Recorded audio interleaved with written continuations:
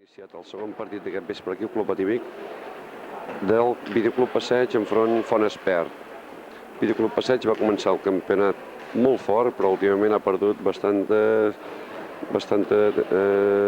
efectivitat davant a porteria. Esperem que avui, lògicament, no torni a recobrar, però ja difícilment pugui ja prendre part a les finals del play-off.